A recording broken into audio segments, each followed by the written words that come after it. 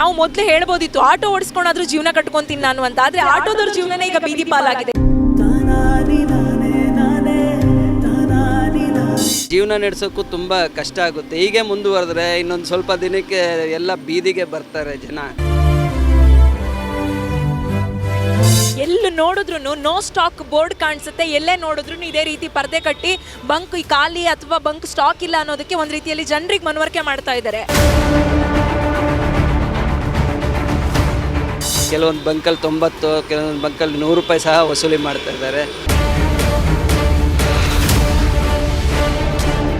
ವೀಕ್ಷಕರೇ, ಅಲ್ಲೆಲ್ಲೋ ಮಧ್ಯಪ್ರಾಚ್ಯದಲ್ಲಿ ನಡೀತಿರುವ ಯುದ್ಧದ ಪರಿಣಾಮ ನಮ್ಮ ಬೆಂಗಳೂರಲ್ಲಿ ಯಾವ ರೀತಿ ಒಂದು ರೀತಿಯಲ್ಲಿ ಕರಿ ಮೋಡದ ಹಾಗೆ ಔಚ್ಕೊಂಡಿದೆ ಅನ್ನೋದಕ್ಕೆ ನಾನು ನಿಮಗೆ ಉದಾಹರಣೆ ತೋರಿಸ್ತೀನಿ. ನಾನಿವತ್ತು LPG ಗ್ಯಾಸ್ ಬಂಕ್ನ ಮುಂದೆ ಇದ್ದೀನಿ. ನೀವು ನೋಡ್ತಾ ಇರ್ಬೋದು, ಬಂಕ್ ಇದೆ, ಆದರೆ ಯಾರೂ ಕೂಡ ಒಂದೇ ಒಬ್ಬರು ಜನ ಇಲ್ಲ.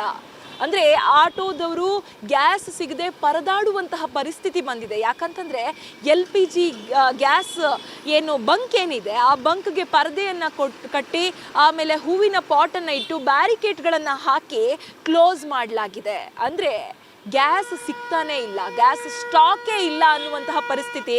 ಜೊತೆಗೆ ಬೋರ್ಡ್ ಕೂಡ ಹಾಕಿದ್ದಾರೆ, ನಮ್ಮಲ್ಲಿ ಕೇವಲ ಈ ಸ್ಟೇಷನ್ನಲ್ಲಿ ಆಟೋ LPG ಲಭ್ಯತೆ ಕೆಲವೊಮ್ಮೆ ಸೀಮಿತ ಆಗಬಹುದು, ಹಾಗಾಗಿ ನಮ್ಮನ್ನೇ ನಂಬಿಕೊಂಡು ಇರಬೇಡಿ ಅನ್ನುವ ರೀತಿಯಲ್ಲಿ ಬೋರ್ಡ್ ಕೂಡ ಆ ಬೋರ್ಡ್ ಹೇಳ್ತಾ ಇದೆ. ಅಂದರೆ ಜನರ ಪರಿಸ್ಥಿತಿ ಎಷ್ಟರ ಮಟ್ಟಿಗೆ ಬಿಕೋ ಆಗಿದೆ ಅನ್ನೋದಕ್ಕೆ ಇದೊಂದು ರೀತಿಯಲ್ಲಿ ಉದಾಹರಣೆ. ಯಾಕಂತಂದರೆ ಆಟೋದವರು ಮೊದಲು ಬೆಂಗಳೂರಿಗೆ ಬರ್ತಾ ಹೇಳ್ಬೋದಿತ್ತು, ನಾನು ಆಟೋ ಓಡಿಸ್ಕೊಂಡಾದ್ರೂ ಜೀವನ ನಡೆಸ್ತೀನಿ, ಆಟೋ ಓಡಿಸ್ಕೊಂಡಾದ್ರೂ ಬದುಕು ಕಟ್ಕೋತೀನಿ ಅಂತ. ಆದರೆ ಈಗ ಗ್ಯಾಸ್ ಸಿಗ್ತಾ ಇಲ್ಲದೆ ಇರುವಂತಹ ಪರಿಸ್ಥಿತಿ ನೋಡಿದ್ರೆ, ಆಮೇಲೆ 50 ರೂಪಾಯಿ ಇದ್ದಂತಹ ಗ್ಯಾಸ್ ಇವಾಗ 100-110 ರೂಪಾಯಿಗೆ ಏರಿಕೆ ಆಗಿರೋದನ್ನು ನೋಡಿದ್ರೆ ಆಟೋದವ್ರು ಏನು ಮಾಡಬೇಕು?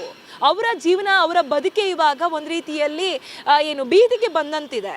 ನೀವು ನೋಡ್ತಾ ಇರ್ಬೋದು ಕಂಪ್ಲೀಟ್ ಆಗಿ ಈ ದೃಶ್ಯವನ್ನು.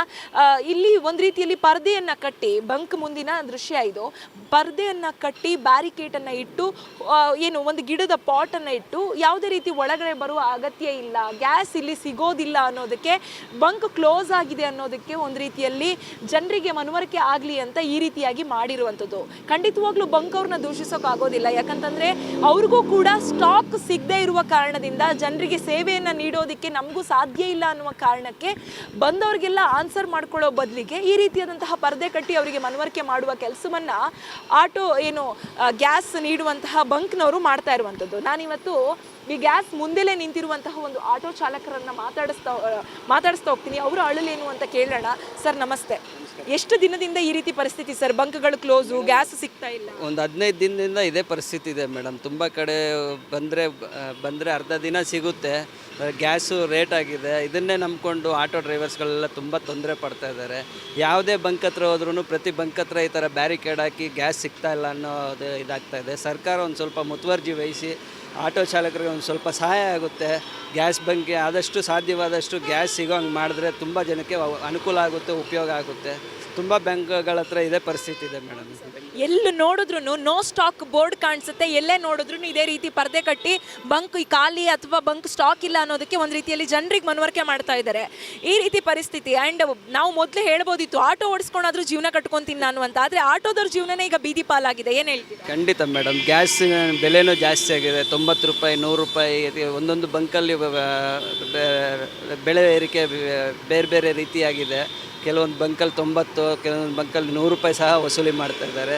ಆದರೆ ಮಿನಿಮಮ್ ಚಾರ್ಜಸ್ 36 ರೂಪಾಯಿ ಆಗಿರೋದ್ರಿಂದ ಆಟೋ ಬಾಡಿಗೆ ಇವಾಗ ನಮಗೂ ಅದು ಏನು ವರ್ಕೌಟ್ ಆಗ್ತಾಯಿಲ್ಲ ಮೇಡಮ್. ಸುಮ್ಮನೆ ತುಂಬಿಸ್ಕೊಂಡು ನಾವು ಓನ್ ಯೂಸ್ಗೆ ಉಪಯೋಗ ಮಾಡ್ಕೋಬೇಕಂತ ಪರಿಸ್ಥಿತಿ. ಯಾಕಂದರೆ ಅದರಿಂದ ಏನೂ ಲಾಭ ಇಲ್ಲ ಮೇಡಮ್. 36 ರೂಪಾಯಿ ಮಿನಿಮಮ್ ಚಾರ್ಜಸ್ ಇದೆ. 2 ಕಿಲೋಮೀಟ್ರ್ ಡಿಸ್ಟೆನ್ಸ್ ಹೋದರೆ ನಮ್ಮ 40 ರೂಪಾಯಿಂದ 36 ರೂಪಾಯಿ ಕೊಡ್ತಾ ಇದ್ದಾರೆ.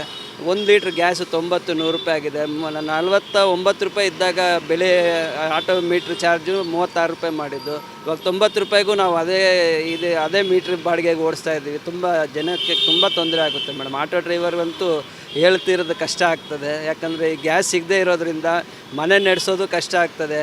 ಜನಕ್ಕೂ ತೊಂದರೆ, ಆಟೋ ಡ್ರೈವರ್ಸ್ಗೂ ತುಂಬ ತೊಂದರೆ ಆಗ್ತದೆ. ಸರ್ ಏನು ಗೊತ್ತಾ, ಆಟೋ ಡ್ರೈವರ್ಸ್ಗೆ ಅಂತ ಒಂದು ವೈಯಕ್ತಿಕ ಜೀವನ ಅಂತ ಇದೆ. ಯಾಕಂದರೆ ಅವ್ರಿಗೂ ಹೆಂಡತಿ ಮಕ್ಕಳು ಕುಟುಂಬ ಅಂತ ಇರ್ತಾರೆ. ಹೊರಗಡೆ ಗ್ಯಾಸ್ ಬೆಲೆ ಏರಿಕೆ ಆಗ್ತಾ ಇದೆ, ಒಂದಕ್ಕೆ ಡಬಲ್ ರೇಟ್ ಆಗಿದೆ. ನಿಮ್ಮ ಬಾಡಿಗೆ ರೇಟು ಏರಿಕೆ ಆಗಿಲ್ಲ, ಎಲ್ಲೋ ಬಾಡಿಗೆನೂ ಸಿಗಲ್ಲ, ಗ್ಯಾಸು ಸಿಗದೆ ಗ್ಯಾಸ್ ಅದು ಏನು ಗಾಡಿಯನ್ನು ಸೈಡಿಗಿಡುವಂತಹ ಪರಿಸ್ಥಿತಿ. EMI ಮಾಡಿ ಲೋನ್ ಮಾಡಿ ಗಾಡಿ ತೊಗೊಂಡಿರ್ತೀರಾ.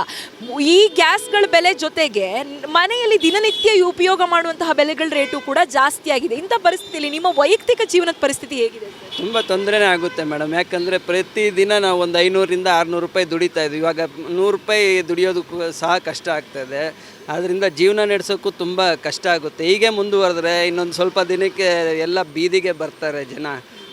ಇರೋ ಬಡತನದಲ್ಲಿ ಇನ್ನೂ ಬಡತನಕ್ಕೆ ಇಳಿದೋಗ್ತಾರೆ ಮೇಡಮ್ ಜನ. ಖಂಡಿತ ಬೆಲೆ ಏರಿಕೆಯನ್ನು ತಡೆಗಟ್ಟಲೇಬೇಕು ಸರ್ಕಾರ. ಬೇರೆ ಬೇರೆ ಟ್ಯಾಕ್ಸ್ಗಳು ಅದ್ರ ಮುಖಾಂತರ ಬೇಜಾನ್ ದುಡ್ಡು ಬರ್ತಾ ಇದೆ.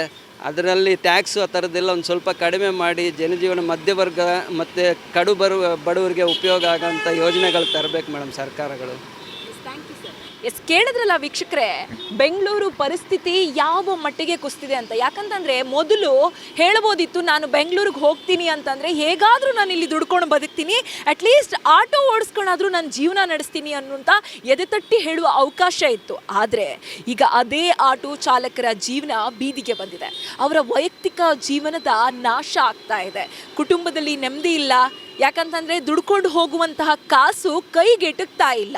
100 ರೂಪಾಯಿ ಬಂದರೆ ಅದು ಗ್ಯಾಸ್ ಏನು ಅದರ ಬೆಲೆನೇ ದುಪ್ಪಟ್ಟಾಗಿರುವಾಗ ಅದಕ್ಕೆ ಹೋಗ್ತಾ ಇದೆ. ಪ್ರತಿದಿನ 2-3 ಸಾವಿರ ರೂಪಾಯಿ ದುಡಿತಾ ಇದ್ದಂತಹ ಆಟೋ ಚಾಲಕರು ಈಗ 100 ರೂಪಾಯಿ ದುಡಿಯೋದು ಕಷ್ಟ ಅನ್ನುವ ಪರಿಸ್ಥಿತಿ ಬಂದಿದೆ. ಆಟೋಗಳು ಬೀದಿಗೆ ಬಂದು ಬದಿಯಲ್ಲಿ ನಿಂತಿದ್ದಾವೆ. ಬಂಕ್ಗಳೆಲ್ಲವೂ ಕೂಡ LPG ಸಿಗದೆ ಸ್ಟಾಕ್ ಇಲ್ಲ ಅನ್ನುವ ಬೋರ್ಡ್ ಹಾಕಿ ಕ್ಲೋಸ್ ಮಾಡಿಟ್ಟಿದ್ದಾರೆ. ಒಟ್ಟಾರೆ ಇದಕ್ಕೆ ಸಂಬಂಧಪಟ್ಟ ಹಾಗೆ ಸರ್ಕಾರ ಖಂಡಿತವಾಗ್ಲೂ ಮುತುವರ್ಜಿ ವಹಿಸಲೇಬೇಕು. ಇದಕ್ಕೆ ಏನು ಆಟೋ ಚಾಲಕರಿಗೆ ಸಂಬಂಧಿಸಿದಂತಹ ಕ್ರಮವನ್ನು ಕೈಗೊಂಡು ಅವರಿಗೆ ಬೇಕಾದಂತಹ ಸೌಲಭ್ಯಗಳನ್ನು ಒದಗಿಸುವ ಕೆಲಸವನ್ನು ಸರ್ಕಾರ ಮಾಡಲೇಬೇಕು. ಇದು ಈ ಹೊತ್ತಿನ ವಿಶೇಷ. ಇನ್ನಷ್ಟು ಸುದ್ದಿಗಳಿಗಾಗಿ ನೋಡ್ತಾ ಇರಿ Saptashwa TV. Camera person Basavaraj ಜೊತೆ ಶಮಿ ಶೆಟ್ಟಿ, ಸಪ್ತಾಶ್ವ ಟಿವಿ.